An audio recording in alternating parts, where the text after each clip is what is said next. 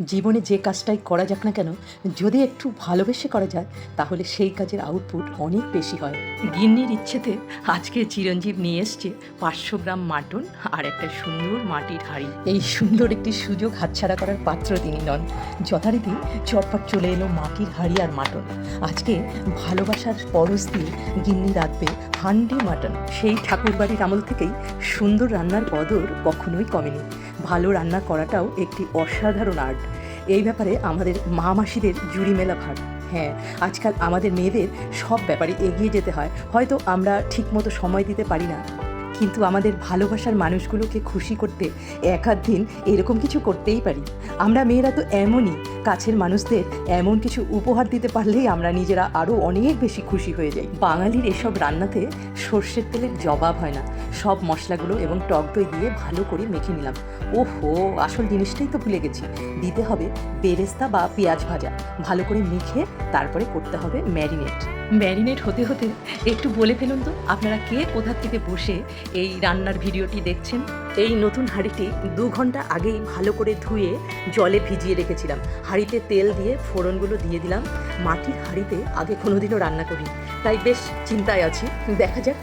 আচ্ছা, মাটন খেতে হলে তো কিছু একটা সঙ্গে চাই। সেটা গরম ভাত হতে পারে, পোলাও হতে পারে, ফ্রাইড রাইস হতে পারে, বা হতে পারে লুচি। আপনি কোনটি দিয়ে সবচেয়ে বেশি ভালোবাসেন এই মাটন খেতে? পেঁয়াজটা মোটামুটি ভাজা হয়ে গেছে, এবার ম্যারিনেট করা মাংসটা দিয়ে দিচ্ছি হাঁড়িতে।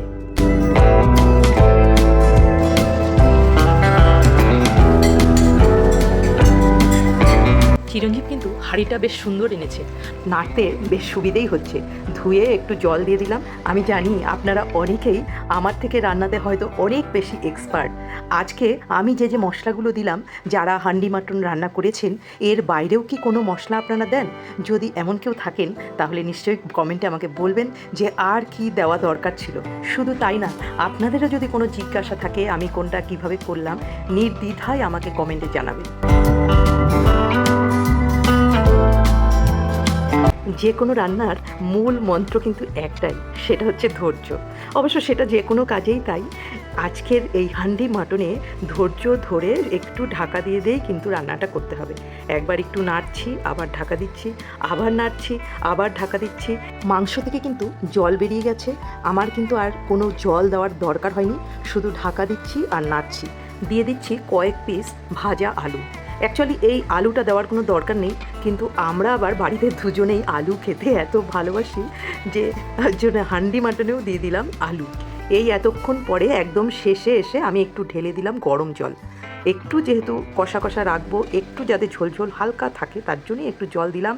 আর দিলাম একটু চিনি, একটু ঘি, এবং এবারে দেব গরম মশলা।